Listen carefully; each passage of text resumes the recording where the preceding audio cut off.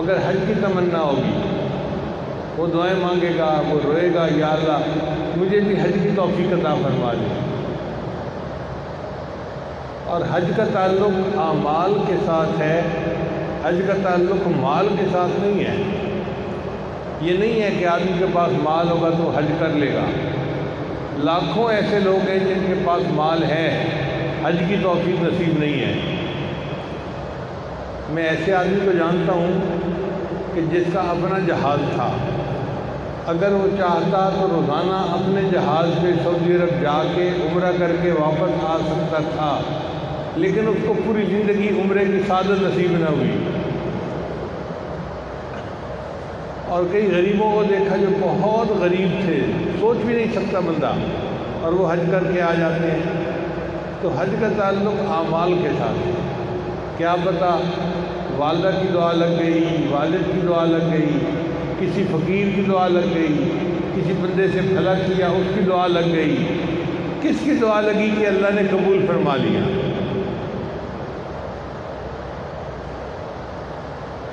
جامعہ شرفیہ کے شیخ الحدیث تھے،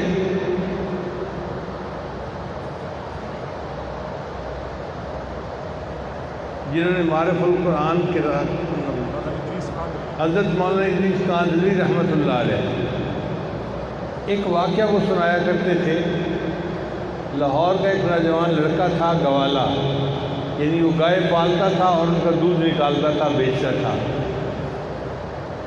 کہ یہ گوالا لوگ ہوتے ہیں، یہ پڑھے لکھے نہیں ہوتے، لیکن اس نوجوان کے اندر اللہ کی محبت کا جذبہ بہت تھا، اللہ سے بہت محبت کرتا تھا۔ چنانچہ وہ ہر وقت دعائیں مانگتا رہتا تھا، اے اللہ مجھے اپنا گھر دکھا دے، مجھے اپنا گھر دکھا دے۔ وسائل بھی نہیں تھے۔ اللہ کی شان کے حج کا موسم آ گیا اور لوگ حج کے لیے جانے لگے۔ اس نے سنا تو وہ جذبے میں آ گیا، جی مجھے تو حج پہ جانا ہے۔ بھئی تم نے پاسپورٹ بنوایا؟ نہیں۔ ٹکٹ ہے تمہارے پاس؟ نہیں۔ کیسے جاؤ گے؟ کہتے بس میں نے حج کرنا ہے، میں نے بیت اللہ دیکھنا ہے، میں نے کعبہ دیکھنا ہے۔ پھر اس نے کسی سے پوچھا کہ حج کے لیے جاتے کہاں سے ہیں؟ اس نے کہا کہ لاہور سے ٹرین پہ بیٹھ کے پہلے کراچی جاتے ہیں اور وہاں سے بحری جہاز میں سفینۃ الحجاج میں آگے جدہ جاتے ہیں، تب حج ہوتا ہے۔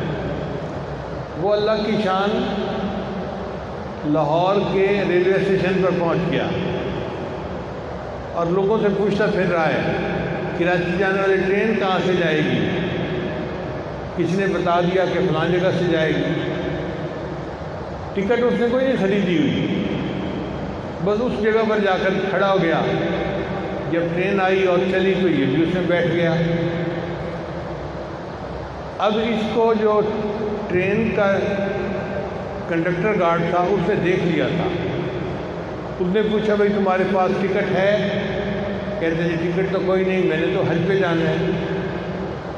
اس نے کہا دیکھو میں تمہیں یہاں نہیں بٹھا سکتا، تم ایسے کرو کہ میرے کمرے میں آ کے بیٹھ جاؤ، میں تمہیں اپنے ساتھ بٹھا لیتا ہوں۔ اس طرح اس بندے نے اس کو کراچی پہنچا دیا۔ اب یہ کراچی جب ٹرین سے اترا تو لوگوں سے پوچھتا پھر رہا ہے جی میں نے حج پہ جانا ہے۔ لوگوں نے کہا اس کے لیے تو مدینہ الحجاج ایک جگہ بنی ہوئی ہے، تمہیں وہاں جانا پڑے گا۔ یہ رکشے والوں سے دوسروں سے یہی کرتا پھر رہا ہے مجھے مدینہ الحجاج پہنچا دو جی۔ کچھ لوگ تھے جو مدینہ الحجاج جا رہے تھے، انہوں نے جب اس کو دیکھا تو ان کا آپ بھائی آپ بھی ہمارے ساتھ رکشے میں بیٹھ جاؤ۔ اس طرح یہ مدینہ الحجاج پہنچ گیا۔ اب یہ وہاں پر روزانہ اس انتظار میں کہ میں حج پہ کب جاؤں گا۔ تیاری کوئی نہیں ہے، نہ کپڑے تیار ہیں نہ کوئی اور چیز تیار ہے، بس ایسے ہی جیسے بندہ پاگل ہوتا ہے نا، پاگلوں کی طرح یہ چل پڑا۔ چند دن کے بعد اس نے دیکھا کہ ایک جہاز لگا اور اس میں سواریوں کو بٹھایا گیا، مگر ان کا پاسپورٹ اور ان کی ٹکٹیں چیک کی گئیں اور پھر وہ جہاز چلا گیا۔ اس کو اندازہ تو ہو گیا کہ ہوتا کیا ہے۔ جب دوسرا جہاز لگا نا تو پھر اس نے بھی دل میں سوچا کہ میں نے بھی جہاز پہ سوار ہونا ہے۔ مگر یہ پاسپورٹ کے بغیر، ٹکٹ کے بغیر کیسے جا سکتا تھا؟ تو اس کے ذہن میں خیال آیا کہ یہ جو حاجیوں کا سامان لے کے جا رہے تھے نا نوجوان، یہ نوجوان جب جاتے ہیں تو ان کی وردی دیکھ کر، یونیفارم دیکھ کر کوئی ان سے ٹکٹ نہیں مانگتا، یہ سیدھا چلے جاتے ہیں۔ تو اس نے ایک نوجوان کو کہا کہ آپ جو سارا سامان لے کے اوپر جائیں گے اور تھکیں گے، کیا فائدہ؟ وردی مجھے دے دو، میں سامان لوگوں کا بھی پہنچا دوں گا، اور اینڈ کے اوپر جب خود اوپر پہنچوں گا نا تو آپ کو وردی نیچے بھجوا دوں گا، آپ کو وردی مل جائے گی اور سکون سے آپ بیٹھنا۔ وہ بھی کوئی کام چور قسم کا نوجوان تھا، چنانچہ اس نے بھی ہاں کر دی۔ اب اگلے دن جب جہاز لگا تو اس نے اس نوجوان کی وردی پہن لی اور سامان پہنچانے والا ایک ورکر بن کے جہاز کے اوپر چلا گیا، آتا رہا جاتا رہا، آتا رہا جاتا رہا، حتیٰ کہ جب اس نے دیکھا کہ سامان تو سارا اوپر چلا گیا، اس نے اوپر جا کے کپڑے بدل لیے اور کسی دوسرے بندے کے ذریعے وہ جو یونیفارم تھی وہ اس بندے کو نیچے بھجوا دی۔ اس طرح یہ بغیر کچھ دکھائے جہاز کے اوپر پہنچ گیا۔ اب جہاز میں تو اتنے ہزاروں لوگ ہوتے ہیں کہ دیکھنے سے تو پتہ نہیں چلتا کون حاجی ہے اور کون حاجی نہیں ہے۔ چنانچہ یہ کبھی ادھر بیٹھتا، کبھی ادھر بیٹھتا، کبھی اس کمرے میں، کبھی اس کمرے میں، اور جہاز چلتا رہا۔ کوئی 10-15 دن لگتے ہیں جدہ پہنچنے میں۔ 10-15 دن کے بعد لوگوں نے بتایا کہ جی اب جدہ آنے والا ہے۔ اس کا ایک دوست بن گیا تھا، اس نے اپنے دوست سے کہا کہ مجھے بتا دینا کہ جدہ جہاز کب لگا ہے۔ اس نے کہا بہت اچھا، میں بتا دوں گا۔ لو جی، ایک دن آیا، رات کے وقت جہاز جدہ پورٹ کے اوپر لگ گیا، ساحل کے اوپر۔ اس کے دوست نے اسے بتایا کہ بھئی جہاز تو لگ گیا ہے جدہ میں، سامنے عمارت نظر آ رہی تھی، پورٹ نظر آ رہی تھی۔ لو جی، یہ نوجوان جہاز کے اوپر عرشے پہ چڑھا اور وہاں سے اس نے سمندر کے اندر چھلانگ لگا دی۔ اب دوسرا دوست جو ہے وہ یہ سمجھا تھا کہ شاید یہ تیراکی جانتا ہوگا اور یہ تیر لے گا، اس کو تو تیراکی آتی نہیں تھی۔ 2-4 اس نے ڈبکیاں کھائیں اور ہاتھ مارتا رہا۔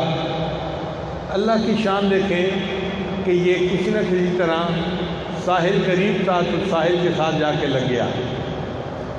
اب جب لگ گیا تو یہ ساحل سے باہر نکلا، سمندر سے باہر نکلا، اس کے منہ میں بھی پانی چلا گیا تھا اور نیند بیہوشی کی سی حالت تھی۔ یہ وہاں بے سدھ پڑا رہا۔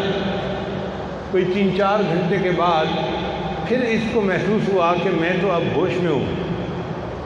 اب یہ سوچ میں تھا کہ پورٹ کے اوپر تو دفتر بنا ہوتا ہے، وہ لوگ پاسپورٹ مانگیں گے، ٹکٹ مانگیں گے اور پھر جانے دیں گے، میرے پاس تو کچھ ہے نہیں، تو میں کیسے چلوں؟ اس نے کہا چلو میں دیکھتا ہوں یہ پورٹ کیسے بنی ہوئی ہے۔ یہ اٹھا اور اکیلا وہ جو دفتر تھے ان کو دیکھنے لگ گیا۔ اب پورٹ کے بالکل ساتھ جو پورٹ کا آفیسر تھا نا، Jeddah airport, Jeddah sea port کا، اس کا گھر تھا، اور جس طرف یہ تھا اس طرف ایک گرل لگی ہوئی تھی، لوہے کی، دیوار نہیں بنی ہوئی تھی، تو نظر آتا تھا کہ صحن میں کیا ہو رہا ہے۔ یہ وہاں گیا تو اس نے عجیب منظر دیکھا۔ 2 بندے تھے، وہ ایک گائے کا دودھ نکالنا چاہتے تھے، مگر ان کو گائے کا دودھ نکالنے کی ٹریننگ نہیں تھی، تو گائے ان کو دودھ نکالنے نہیں دیتی تھی۔ چنانچہ تماشا بنا ہوا تھا، وہ دودھ کے لیے ہاتھ لگاتا، گائے لات مارتی، کبھی ادھر ہو جاتی کبھی ادھر ہو جاتی، اور دونوں لوگ بڑے تنگ تھے۔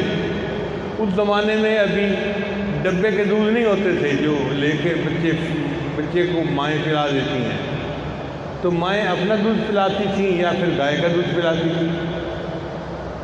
وہ آفیسر صاحب کا ایک بچہ تھا جس کو ماں کا دودھ کم پڑتا تھا تو گائے کے دودھ کی ضرورت ہوتی تھی، اس کے لیے اس نے گائے پالی ہوئی تھی، مگر چونکہ لوگوں کو گائے پالنے کا تجربہ نہیں تھا تو وہ گائے کا دودھ نکال نہیں سکتے تھے۔ اب یہ تھوڑی دیر یہ تماشا دیکھتا رہا، پھر اس نے وہ گریل جو تھی اس کو کھٹکھٹایا اور ان کو کر کے ایسے کیا کہ مجھے آتا ہے دودھ نکالنا، میں نکال دیتا ہوں۔ انہوں نے آ کے پوچھا قریب کہ بھئی کیا کہہ رہے ہیں؟ اس نے کہا کہ مجھے دودھ نکالنا آتا ہے، مجھے یہاں سے اس طرف لے جاؤ، میں نکال دوں گا۔ اب وہ جو بندے تھے وہ تو پہلے گائے کا دودھ نکالنے سے تنگ تھے۔ انہوں نے افسر کی بیگم کو بتایا کہ جی ایک مسافر ہے، کہتے ہیں کہ مجھے ادھر لے آؤ تو میں دودھ نکال دوں گا، مجھے طریقہ آتا ہے۔ اس نے کہا ٹھیک ہے۔ اس نے اپنے ہسبینڈ سے بات کی کہ جی اس کے کاغذات بعد میں چیک کرتے ہیں نا، بندے کو تو یہاں بلائیں نا۔ اس نے چابی دے دی، لو ایک بندہ گیا، اس نے دروازہ کھولا اور اس کو لے کے وہاں پہنچ گیا۔ اب یہ تو تجربہ کار بندہ تھا، اس نے جا کے پہلے گائے کو نا تھپکی دی، تو اس کی تھپکی سے گائے سمجھ گئی کہ یہ تجربہ کار بندہ ہے، تو وہ آرام سے ایک جگہ کھڑی ہو گئی۔ وہ گلاس میں دودھ نکال رہے تھے کیونکہ انہوں نے تھوڑا سا دودھ نکالنا تھا، اس نے ان کو کہا کہ بڑا برتن لے کے آؤ۔ چنانچہ وہ بڑا برتن لے کے آئے اور اس سے بیٹھ کے نا دونوں ہاتھوں سے گائے کا دودھ نکال دیا۔ اب وہ دودھ تو تھا کوئی 5-6 کلو۔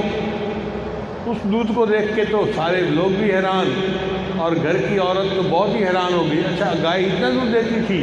ہمیں تو 1 پاؤ آدھا پاؤ ملتا تھا جو بچہ مشکل سے پیتا تھا اور تنگ ہوتے تھے ہم۔ چنانچہ عورت بڑی خوش کہ میرے بچے کے دودھ کا مسئلہ حل ہو گیا۔ اس کا باپ رہتا تھا مکہ مکرمہ، اور وہاں اس نے بھی کچھ گائے پالی ہوئی تھی، مگر دودھ نکالنے کا مسئلہ تھا اس کو بھی، تو وہ بھی بیٹی کو بتاتا رہتا تھا کہ گائے تو رکھی ہوئی ہیں، کھانا بھی ہم دیتے ہیں، لیکن گائے دودھ نہیں دیتی، تھوڑا تھوڑا دیتی ہے، گلاس میں نکالتے ہیں۔ اس نے ابو کو بتایا کہ ابو ہمارا تو مسئلہ حل ہو گیا ہے، ایک مسافر آ گیا ہے اور اس نے میرے گائے کا دودھ نکالا، اور گائے نے تو 6 کلو دودھ دیا۔ چھوٹے نے کیا، ہم نے بڑوں نے بھی پیا اور دودھ ختم نہیں ہوا۔ اس نے کہا بیٹا آپ ایسا کرو کہ اس بندے کو میرے پاس بھیج دو، میں اسے رکھوں گا، تنخواہ بھی دوں گا اور تمہارے لیے کوئی اور بندوبست کر دیں گے۔ چنانچہ اس مکہ والے بندے نے گاڑی بھیجی اور یہ بندہ گاڑی میں بیٹھ کے جدہ سے مکہ مکرمہ پہنچ گیا۔ اب جب مالک کو ملا تو مالک نے کہا بھائی میری اتنی گائے ہیں، ان کا دودھ نکالنا ہے۔ یہ اس کو کہے کہ مجھے تو حج کرنا ہے۔ وہ کہے اچھا بھائی تجھے حج میں کروا دوں گا، لیکن تو میرا کام تو کر۔ اس نے کہا جی جو کام ہے بتائیں میں کروں گا، لیکن مجھے حج کرنا ہے، مجھے بیت اللہ دیکھنا ہے۔ وہ بھی سمجھ گیا کہ یہ کوئی دیوانہ قسم کا نوجوان ہے، اور اس کے دماغ میں بس یہ بات بیٹھ گئی ہے کہ مجھے اللہ کا گھر دیکھنا ہے، کسی قیمت پہ بھی ہو اللہ کا گھر دیکھنا ہے ہمیں۔ چنانچہ اس نے اس کو ایک اچھا گھر دیا، اور چند دن دیکھا تو اس کی گایوں نے تو بہت اچھا دودھ دینا شروع کر دیا۔ اس نے یہ فیصلہ کیا کہ اب اس لڑکے کو میں نے واپس نہیں جانے دینا۔ اس نے اس کو کہا کہ دیکھو بھائی آپ یہاں آئے ہیں، آپ کو میں حج بھی کرواؤں گا، اللہ کا گھر بھی دکھاؤں گا، مگر میں چاہتا ہوں کہ حج کے بعد بھی آپ یہیں پہ رہیں۔ نوجوان نے کہا میں کیسے رہ سکتا ہوں، میرے بیوی بچے تو پیچھے لاہور میں ہیں۔ اس نے کہا کوئی فکر کی بات نہیں، ہم تمہارے بیوی بچوں کو بھی منگا لیتے ہیں۔ چنانچہ اس بندے نے نا اپنے داماد کو فون کیا جو پورٹ پہ تھا کہ جہاز نے تو ایک دفعہ پھر آنا ہے، تو یہ ایڈریس ہے، یہ نام ہے، ان لوگوں کو بھی آپ اپنے پاس بلوا لیں۔ اللہ کی شان دیکھیں جی، اس کی بیوی اور اس کے بچے بھی حج کے لیے وہاں پہنچ گئے۔ اس کا وہ دوست جس نے بتایا تھا کہ جدہ آ گیا ہے، وہ بڑا افسردہ تھا، چونکہ اس نے بعد میں اس کو دیکھا نہیں کہ میں نے اس کو کیوں بتایا کہ ساحل آ گیا ہے۔ اس نے تو سمندر میں چھلانگ لگا دی، پتہ نہیں بچا بھی کہ نہیں بچا۔ ایک دن حرم میں نماز پڑھ کے جا رہا تھا تو اس نے نا اسی لڑکے کو دیکھا، گوالے کو دیکھا، وہ نماز پڑھ کے جا رہا ہے۔ اس نے اس کو روکا، تو وہی نہیں ہے جو ہمارے ساتھ آیا تھا جہاز پہ؟ کہنے لگا ہاں وہی ہوں۔ اور تو نے سمندر میں چھلانگ لگائی تھی؟ کہتے ہیں ہاں میں نے سمندر میں چھلانگ لگائی تھی۔ کہتے ہیں کہ پھر تیرے ساتھ کیا ہوا، تو مجھے تفصیل بتا۔ یہ کہتے ہیں میرے ساتھ آؤ، پھر میں تفصیل بتاتا ہوں۔